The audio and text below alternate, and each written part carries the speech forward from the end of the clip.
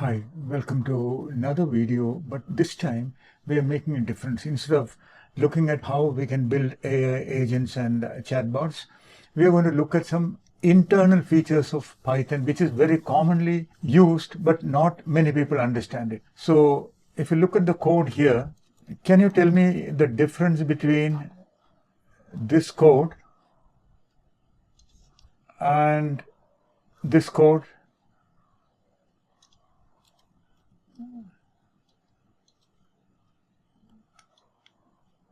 Essentially, they are printing hello, then wait for 5 seconds, and then printing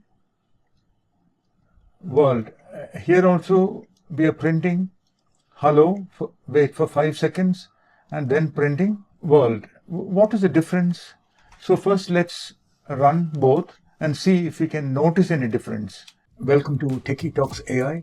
I'm Sri from Shogini. On this channel, we bring you hands-on demonstrations and insights into the latest tools and trends to help you get started with ease. Don't forget to subscribe and be a part of our journey into the future of technology.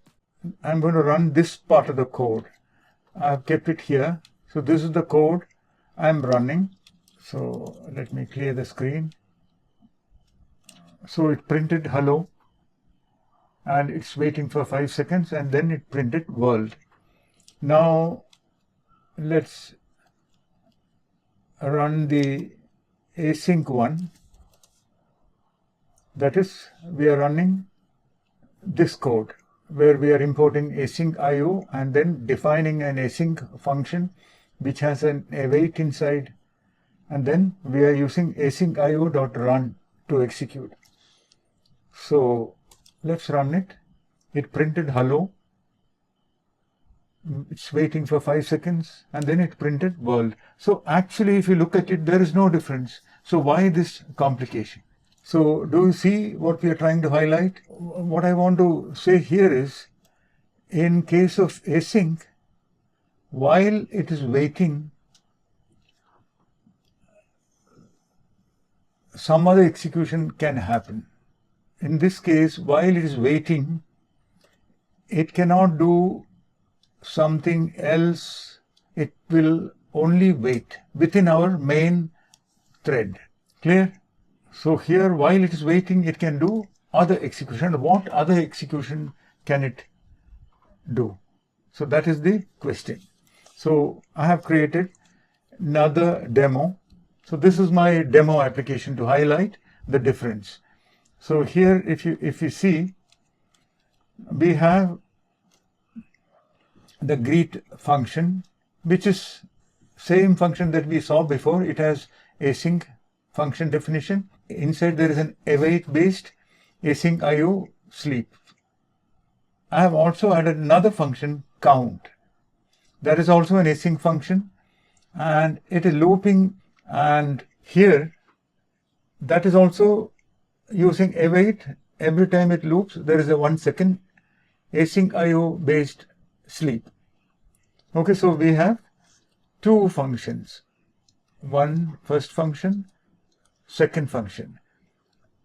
Okay, so now we are going to execute this. So let me comment this out. Okay, and run it. It is both. Okay.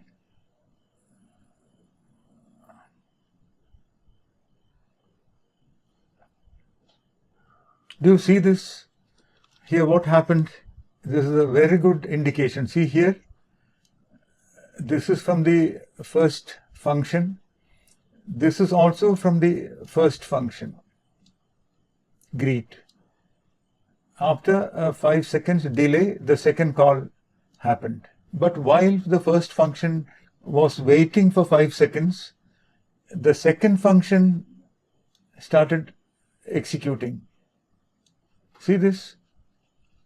So that is the idea. Then that is possible only when we have async mechanism. But there is another way using threads, but this is more elegant. Now if you execute same async function in sequential fashion. So let's see the difference.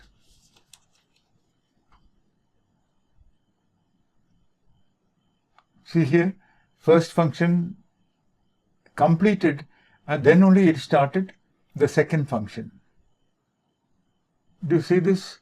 First function and second function. So they both happen one after the other. So when we are using async and await based functions, it is also important that you know how to start multiple functions at the same time.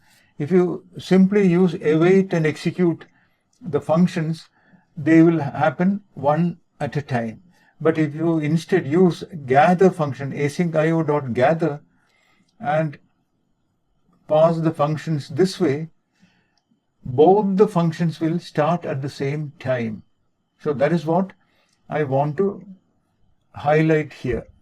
Asyncio.run is what starts the event loop and begins the execution.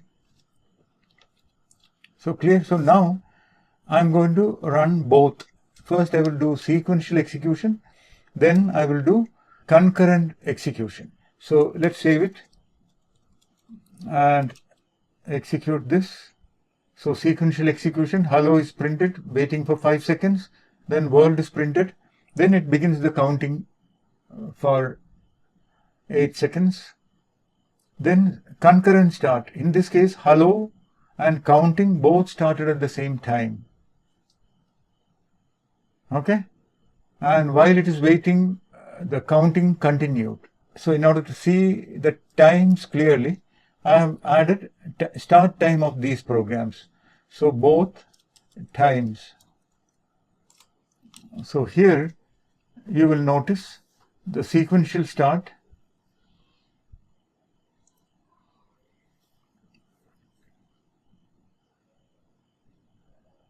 the concurrent start,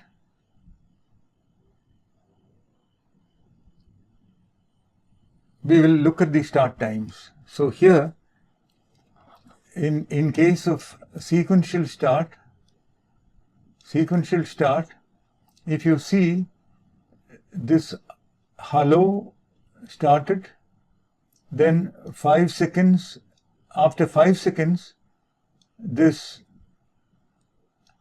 world printed. See here, 9:04, then 9:09. So it started the greet function at 9:04, then it waited for 5 seconds and printed world, and then it started the count function, one after the other. When we use await, one below the other. But when we use gather to concurrently start, see here, so look at the start time. This is 17:04, counting also 17:04. So these two started at the same time. When we use gather to execute multiple async functions, they start at the same time. And then a greet function printed hello and the counting started happening. And after 5 seconds, the greet function printed the world. Okay, and then counting continued. So that is the idea. So here we have parallel execution.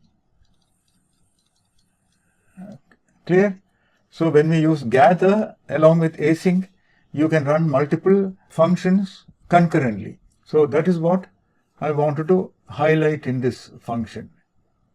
Okay, so now what I want to show here is same thing I want to explain it visually. So here we have the sequential execution. So this is sequential execution. So here we have parallel execution. So see the time difference when it comes to sequential execution. It took much more time, isn't it? Because the greet function had to finish before the count function could start. So this one is our count function and this is our greet function. Clear? And here we have the 5 seconds delay. Okay. So here we have 1, 2, 3, 4, 5, 6, 7, 8. So here we have 8 seconds of the count function working. Now when it comes to parallel, see here, both started at the same time, and while it was waiting for 5 seconds, the count could continue. So total execution time is much lower because these two functions concurrently started. So what is the point? Where can we make use of it? When we build interactive applications, especially like agentic AI chatbots, etc., an agent could be using many tools.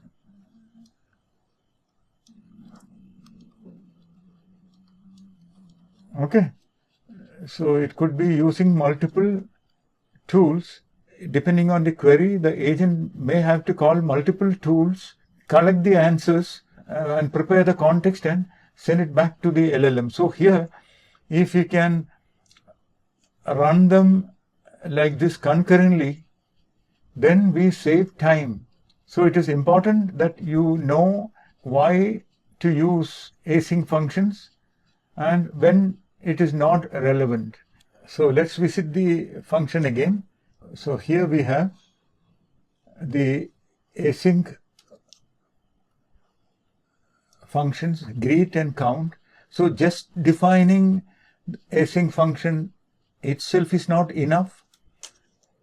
Calling using await is not enough. If you want to run them concurrently, you have to gather and then await. asyncio.gather both functions and then await. This will start both functions together. So that is what I want to highlight here. So that is it for this video.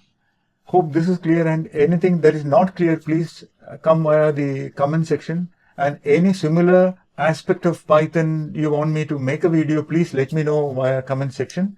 I go through the comments. Thank you for your time, and please remember to like, share and subscribe. See you again in another video. Bye-bye.